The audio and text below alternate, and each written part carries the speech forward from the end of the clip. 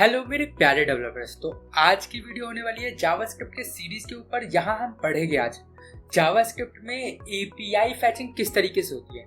इससे पहले हमने प्रॉमिसेस की वीडियो देखी थी, जो कि हमने बहुत डिटेल में पढ़ा था कि प्रॉमिस कैसे काम करता है, एंड एसिंक अवेट को भी देखा। आज हम उसी को यूज करके एपीआई को हैंडल करेंगे कि एपीआई को हम फैच किस तरीके से करेंगे। अब बात करते हैं एपीआई क्या होता है।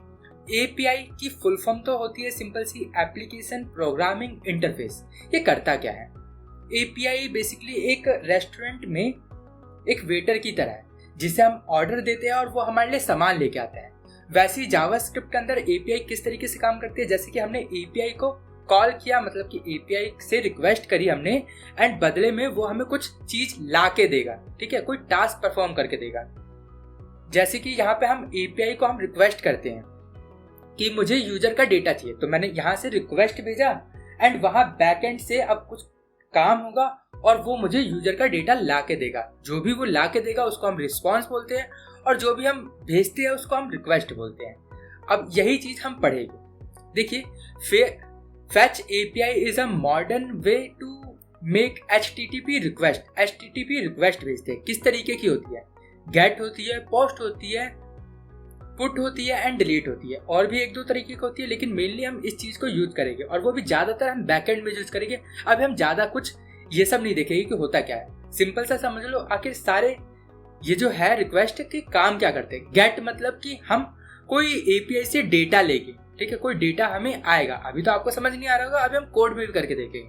उससे पहले हम पोस्ट देखते हैं। पोस्ट क्या होता है? हम जैसे कि कोई फॉर्म फिलअप करते हैं और वो डेटा हमें बैकएंड में स्टोर कराना होता है, तब हम पोस्ट को यूज करते हैं। और जो डेटा पहले से ही इंसर्ट है उसको हम एडिट करना चाहते हैं, तो वो हम पुट से करते हैं। ठीक है, अपडेशन का काम। और कोई भी डेटा को हमें बैकएंड में डिलीट करना है तो डिलीट से होता है। अभी तो हम ज्यादातर गेट को देखेंगे और हम कोई भी एपीआई को कॉल करेंगे और वहां से हम कोई भी रिजल्ट ले लेंगे। ठीक है, अब मैं दिखाता हूं कि एपीआई किस तरीके से होगी। यहाँ पे हम ब्राउजर पे आते हैं और ये जो नोट्स दिख रहे हैं आपको, ये जो नोट्स थे वो आपको मैं गिटहब पे दे दूंगा, आप वहां से इजीली डाउनलोड कर सकते हो। तो अब मैं यहाँ पे एक एपीआई ऐसे करता हूँ कि डेमो एपीआई चाहिए ना हमें सीखने के लिए। तो सबसे पहले देखो,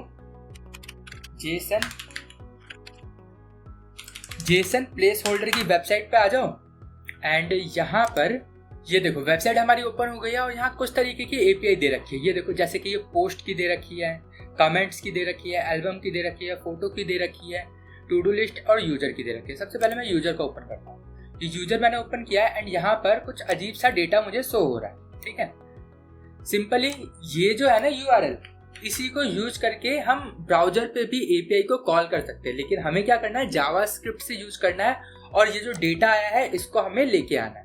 ये जो भी जिस तरीके का डेटा दिख रहा है ना आपको, ये डेटा पूरा का पूरा क्या है, जेसन फॉर्मेट में है। ठीक है, दो तरीके का होता है, एक एक्सएमएल फॉर्मेट होता है, एक जेसन फॉर्मेट होता है। ये जो अभी आप देख रहे हो ये पूरा का पूरा जेसन फॉर्मेट है। इसमें क्या होगा, एक ऑब्जेक्ट की तरह होगा, एक बहुत बड़ा एरे होगा जिसके अंदर मल्टीपल ऑब्जेक्ट होगा। ठीक है, जैसे कि ये एक ऑब्जेक्ट है, यहाँ तक नहीं, यहाँ तक एक पूरा ऑब्जेक्ट है ना, और एक यहाँ तक पूरा ऑब्जेक्ट है। ऐसे ये बहुत सारे हमें डेटा आ गया है। ठीक है, यहाँ देखो, अभी हम रीड करने की कोशिश करते हैं। जैसे कि ये यूजर वन है, उसकी आईडी ये है, नाम ये है, यूजर नेम ये है, ईमेल आईडी ये है, उसका पूरे घर का एड्रेस ये है, फोन नंबर दे रखा है, ये दे रखा है, एंड ये कंपनी का नाम कुछ दे रखा है। ठीक है, इस तरीके से सेकंड यूजर का डेटा दे रखा है, हम इसको यूज करेंगे। अब देखो, कोड पे चलते हैं हम सीधा। ये मैंने फोल्डर बना रखा है, यहाँ पर मैं करता हूँ index.html और एक बनाता हूं मैं app.js। ठीक है, और इसको कट करो यहाँ से एंड इस स्क्रीन को थोड़ा सा बड़ा कर दो, प्लस बड़ा हो गया है। अब यहाँ पर HTML का डेटा लेके आता हूँ। तो कैसे आता है, ये HTML का बेसिक हो गया, एंड मैंने यहाँ h1 टैग डाला और इसके अंदर दे देते हैं API। ठीक है, और यहाँ पर मैं अपने जावास्क्रिप्ट को लिंक कर देता हूँ। जावास्क्रिप्ट कैसे लिंक होता है, स्क्रिप्ट टैग के अंदर app.js लिख दिया। अब मेरी जावास्क्रिप्ट लिंक हो गई। अब यहाँ पर मैं इसको ब्राउजर में ओपन करता हूँ, ओपन एज लाइव सर्वर। ये देखो यहाँ पे API लिखा आ रहा है, ठीक है, बहुत बढ़िया। और अब मैं आता हूँ अपने कोड के ऊपर, ये रहा हमारा जावास्क्रिप्ट, एंड यहाँ पर मैं कॉल करता हूँ। सबसे पहले बनाते हैं, कॉलिंग सीखते हैं, और मैं अपने नोट्स दिखाता हूँ कि किस तरीके से थे। ये चीज़ देख ली हमने, प्रोमिसेस से हम हैंडल करते हैं सारे के सारे APIs को। अब देखो सबसे पहले गेट मेथड को कॉल करेंगे, किस तरीके से होगा। सबसे पहले ये जो URL आया है उसको ले लेते हैं, तो const URL इक्वल टू, और इसके अंदर आ जाएगा हमारा URL, पोस्ट का ही था, ये सेम URL है, ये वाला जो अभी मैंने आपको दिखाया था, ये वाला URL। ये यूजर का है तो यूजर का ले लेते हैं, ठीक है। यहाँ पे आए हम, और ये आ गया, यहाँ पे मैंने यूजर का डेटा। अब मैं एक बार इसको प्रिंट करके दिखाता हूँ। लॉग किया मैंने URL को, ठीक, और आया मैं यहाँ पे, ये F12, एंड यहाँ देखो ये URL प्रिंट हो गया, हमें डेटा तो मिला ही नहीं। तो इसके लिए हम फैच API का यूज करते हैं। तो फैच API किस तरीके से यूज होगा, सबसे पहले नोट्स दिखाता हूँ। ये सिंटैक्स है। सबसे पहले देखो फैच के अंदर URL लेगा और कुछ ऑप्शंस होते हैं। ऑप्शन हम कब यूज करेंगे, जब कोई API है उसको API सिक्योर होती है, टोकन्स होते हैं, बहुत सारी चीजें होती है, तब यूज करेंगे हम ऑप्शंस को। अभी के लिए जरूरत नहीं है। फिर सबसे पहले हमें रिस्पॉन्स मिलेगा, और जो भी डेटा आता है वो जेसन फॉर्मेट में आता है, तो हम डायरेक्टली उसको रीड नहीं कर सकते, तो इसको response.json बनाना पड़ेगा। तो सबसे पहले इतना काम करते हैं।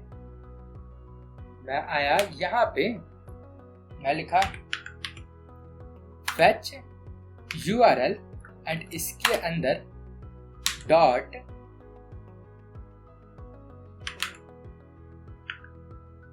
देन, और सबसे पहले मुझे क्या मिलेगा, रिस्पॉन्स। तो इसको RES कर दिया, एंड यहाँ पर रिस्पॉन्स को मैं प्रिंट करके दिखाता हूँ कि ये कैसा दिख रहा है। लॉग किया मैंने रिस्पॉन्स, देन मैंने सबसे पहले क्या किया, रिस्पॉन्स को प्रिंट किया, और एक लिखा है मैंने ये कैच के लिए, ठीक है, कि कोई एरर है तो वो मुझे शो होगा console.error के अंदर, ठीक है। अभी सिर्फ 2 लाइन है ये, ठीक। अब मैं आया यहाँ पे, अब देखो ये रिस्पॉन्स में आ गया, ठीक है। ये डायरेक्ट URL आया है। अभी मैं इसको हेडर के अंदर, यहाँ पे देखो, अभी मुझे डेटा पूरी तरीके से नहीं आया, ये बॉडी के अंदर है सारा डेटा, ठीक है। देखो ये बॉडी दिख रहा है, इस बॉडी के अंदर ही है सारा डेटा, जो कि अभी मैं रीड नहीं कर पा रहा हूँ, ठीक। लेकिन अब मुझे रीड करना है, तो रीड करने के लिए मुझे क्या करना पड़ेगा, ये जो रिस्पॉन्स आया है ना, इसको मुझे करना पड़ेगा response.json, ठीक है। अब ये JSON वैल्यू को रीड करने लायक बन चुका है। अब इसके बाद डॉट जो भी डेटा आया है, अब डेटा को प्रिंट कर लेते हैं। यहाँ पे आया मैं, एंड ये देखो 10 यूजर का मुझे डेटा शो हो रहा है, ठीक है।